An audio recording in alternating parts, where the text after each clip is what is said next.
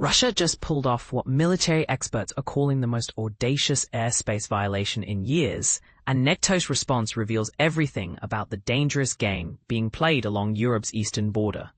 3 Russian MiG-31 fighter jets deliberately invaded Estonian airspace on Friday, staying there for a full 12 minutes in what officials are describing as an unprecedentedly brazen act of aggression. But here's where it gets controversial. Some experts believe this wasn't just another routine violation. It was a calculated test of NATO's resolve, and the alliance's reaction might have revealed more than intended. Estonia's foreign minister, Margus Tsahkna, didn't mince words when he condemned what he called Russia's ever-increasing testing of borders and aggressiveness. The incident marks the 4th time this year that Russian aircraft have violated Estonian airspace. But this particular breach stands out for its sheer boldness and duration. And this is the part most people miss. The timing couldn't be more significant. This airspace violation occurred just over a week after more than 20 Russian drones penetrated Polish territory on September 9-10th, forcing NATO jets to shoot some of them down. It also came merely 3 days after Russian and Belarusian military forces wrapped up their joint Zapad 2025 exercises, a detail that military analysts say is no coincidence. The technical details of Friday's incident paint a picture of deliberate provocation.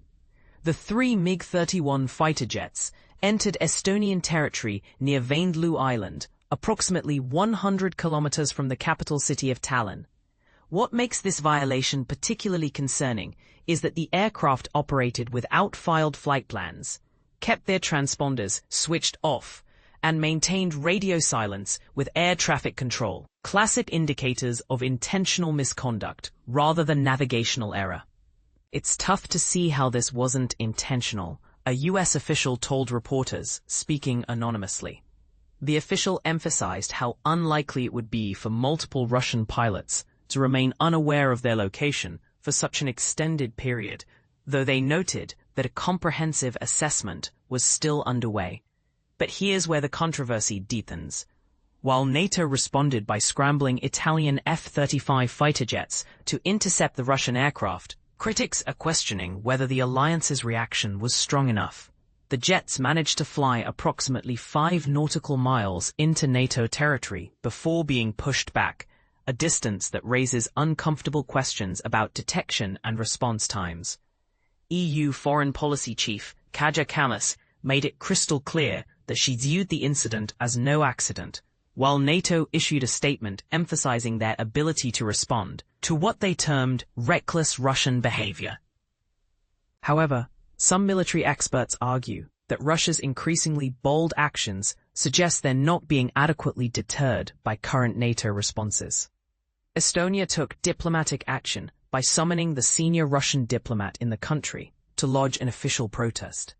More significantly, European sources revealed that Estonia was considering invoking Article 4 of NATO's founding treaty, a provision that allows member nations to request consultations when they feel their security is threatened. This would mark a serious escalation in diplomatic tensions.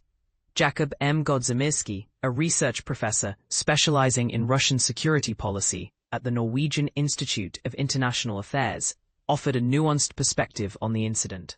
While acknowledging it could represent a deliberate test of NATO defenses, he also noted it might be coincidental. Still, this happens in a given context, having in mind what happened with the drone incursion in Poland a few days ago. Godzimirski explained. The broader context makes this incident even more alarming. Estonia has been one of Ukraine's most vocal supporters since Russia's invasion began, and tensions have been steadily rising along NATO's eastern flank.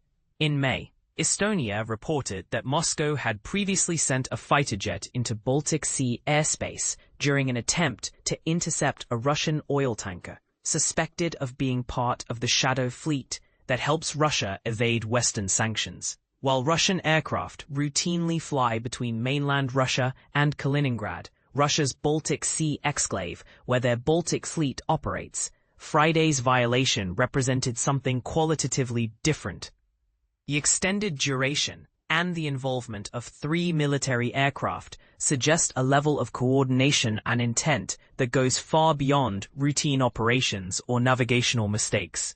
The incident highlights a troubling pattern of Russian military provocations that seem designed to probe NATO's readiness and test the alliance's commitment to collective defense.